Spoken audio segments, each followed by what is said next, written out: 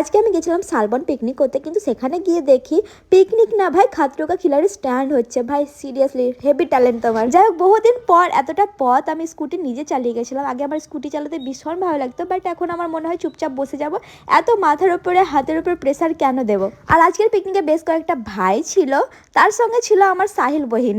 আসসালামু আলাইকুম দোস্ত, আজকে আমরা আছি শালবনে, আমরা এসেছি পিকনিক করতে।